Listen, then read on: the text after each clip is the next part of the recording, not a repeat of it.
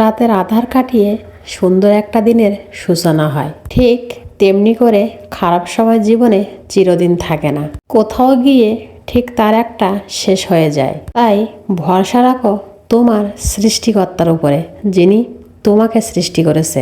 আর আত্মবিশ্বাস রাখো নিজের উপরে, কারণ নিজের উপর যদি আত্মবিশ্বাস না রাখতে পারো, পৃথিবীর কোনো কাজই তোমার কাছে আর সহজভাবে ধরা দেবে না। জীবনে পরিশ্রমের কোনো বিকল্প নেই, আর পরিশ্রম ছাড়া কোনো উন্নতিও সম্ভব না কখনো। প্রথমেই রান্নাঘরটা নেবে নিলাম, আর তারপরে এই যে দেখো মাটির কলসটা অনেক দিন পরেই বের করলাম। মাটির কলসটা কিন্তু আমার অনেক আগে থেকেই ছিল। এইটা আসলে অনেক দিন ধরে আর ব্যবহার করা হয়নি, সেই জন্য সুন্দর করে ডিটারজেন্ট দিয়ে ধুয়ে নিয়ে তারপরে কলসিটা ভর্তি করে পানি নিয়ে নিলাম। এখন পানিগুলো রান্নাঘরে নিয়ে নিচ্ছি, কারণ যেহেতু আমাকে সকালে উঠে রান্নায় আগে করতে হয়, এজন্য রান্নার জন্য যত জিনিস লাগে সেইগুলো আমি সকাল সকাল উঠেই আগে গুছিয়ে রাখি।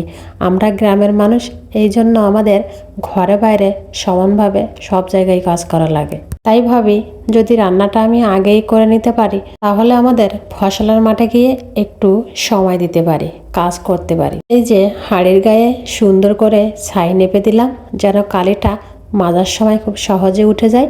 তারপরে চুলা ধরিয়ে দিলাম, চালগুলো সুন্দর করে ধুয়ে নিয়ে এখন হাঁড়ির মধ্যে সব চাল দিয়ে দিচ্ছি, আর পরিমাণ মতো পানি দিচ্ছি যেন ভাতটা সুন্দরভাবে ফুটে যায়। এরপরে ক্ষেতের তোলা আলু ছিল, সেই আলুগুলো সুন্দর করে ধুয়ে নিচ্ছি। আলুগুলো সকালবেলা ভাতে দেব। আমি সকালবেলা একেবারে রান্না করে নেই, এই জন্য সকালে খাওয়ার জন্য কোনো ভর্তা রাখি, আর দুপুরের জন্য তরকারিটা একেবারে রান্না করে নেই। ভাত বসিয়ে দিয়ে বাসনগুলো মেজে নিচ্ছি। এই তো একটু ছাই দিয়ে মাজা হয়েছিল, এখন ভাবছি রান্নাঘরে চলে যায়। সেই দেখি ভাত উতলে গেছে, আর আমি তখনই আলুগুলো ভাতের মধ্যে দিয়ে দিলাম, কারণ যদি একটু পরে দেই তাহলে আলুগুলো আবার সিদ্ধ হতে দেরি হবে। এজন্য চুলার জালটা একবারে বন্ধ করে দিয়ে আসলাম, যে আগুন আছে ওই আগুনে ভাতটা সুন্দরভাবে ফুটে যাবে। ততক্ষণে প্লেটগুলো সব ছাই দিয়ে মেজে ধুয়ে ডিটারজেন্ট দিয়ে আবার পরিষ্কার করে নিলাম, এবং মাজার জায়গাটা সুন্দরভাবে পরিষ্কার করে অবশেষে প্লেটগুলো উপুড় করে দিতে আসলাম। রান্নাঘরের যে জিনিসগুলো লাগবে সেইগুলো রান্নাঘরে ওয়ালের ওপর দিলাম, যেন আমি হাত দিতেই সেগুলো পেয়ে যাই। এখন দুপুরে রান্নার জন্য আলু বেগুন কেটে নিচ্ছি। সংসারের কাজগুলো যদি একটু ভালোবেসে আর যত্ন সহকারে করা হয়, তাহলে আমি মনে করি যত বড় কঠিন কাজ হোক না কেন সেটা কিন্তু সহজই হয়ে যায়। তরকারি কাটা শেষে এখন পেঁয়াজ কেটে নিলাম বাটার জন্য।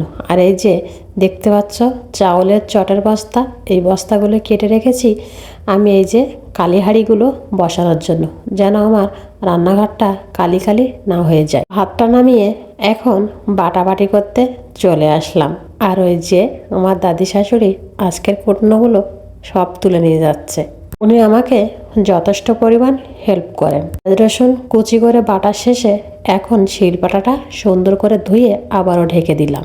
এখন সব রান্না সরঞ্জাম গুছিয়ে রান্না করতে চলে আসলাম। এই যে চিংড়ি মাছগুলো কুচি কুচি করে দিলাম, যেন তরকারিতে মাছের কমতি না হয়। আর যখন মাছ কম থাকে তখন আমি এরকম কুচি কুচি করে দেই, যেন সবার ভাগেই পড়ে সেগুলো। এই যে তরকারি আমার এখন হয়ে এসেছে, এখন এটা আমি নামিয়ে নেব এবং খাবার জন্য পুরোপুরি উপযুক্ত হয়ে গেছে। এখন পানি গরম করতে বসিয়ে দেব, সেই জন্য কিছু ছোট কাঠ উপর দিয়ে দিয়ে দিলাম, আর তারপরে হাঁড়ি ভর্তি করে পানি দিয়ে দিচ্ছি গরম হতে। পানিটা গরম হতে সময় লাগবে, সেজন্য কাঠ একটু বেশিই দিয়েছি, যেন আমি এইখানে না থাকলেও চুলাটা একটু বেশি সময় ধরে জ্বলে। এখন রান্নার জায়গাটা সম্পূর্ণ পরিষ্কার করে নিচ্ছি। রান্নার সময় যে জিনিসগুলো ব্যবহার করেছিলাম সেই জিনিসগুলো সব এখন পরিষ্কার করতে হবে, সেই জন্য এইখান থেকে সব বের করে নিয়ে যাচ্ছি। তারপরে আমি এইখানে গরম পানি দিয়ে কাপড়গুলো ভিজিয়ে দেব। কাপড়গুলো আমি আগে থেকেই ধুয়ে রেখেছি, এই জন্য এখানে গরম পানি দিলাম, আর ঠান্ডা পানি মিশালাম না, কারণ কাপড় এমনিতেই ঠান্ডা হয়ে আছে। কাপড়গুলো ভিজিয়ে এক সাইডে রেখে দিলাম, আর তারপরে রান্নাঘরের ভিতরটাও সুন্দর করে ঝাড়ু দিয়ে নিলাম, যেন কোথাও কোনো ময়লা জমে না থাকে। কারণ অগোছালো রান্নাঘর বা অপরিষ্কার রান্নাঘর দেখতে একদমই ভালো লাগে না। এখন চলে আসছি ড্রামে পানি ভরতে। কালকের যে পানিগুলো ভরা ছিল সেইগুলো সব ধুয়ে ভালো করে ফেলে দিলাম, আর ড্রামটাও সাথে পরিষ্কার করে নিলাম। আর এখন আমি ড্রাম ভর্তি করে পানি উঠিয়ে নেব। এখন প্রচুর আমের মুকুল হয়েছে, সেই জন্য পানিতে পড়ে পানি কালো হয়ে যাচ্ছে। তাই আমি একটা বস্তা দিয়ে পানিটা ঢেকে রাখলাম, যেন কোনো ময়লা পানির ভেতরে পড়তে না পারে। তারপরে ভিজানো কাপড়গুলো সুন্দর করে পুকুর থেকে ধুয়ে আনলাম। ধুয়ে এনে এখন রোদে সুন্দর করে টান টান করে সব মেলে দিচ্ছি শুকানোর জন্য। আজকে কোনো বাতাস নেই, সেই কারণে আমি কোনো ক্লিপ কাপড় চোপড়ে আর দিলাম না। এই কাঠগুলো আমি এখন রোদে দেব, কারণ জ্বলতে একটু সমস্যা হচ্ছে।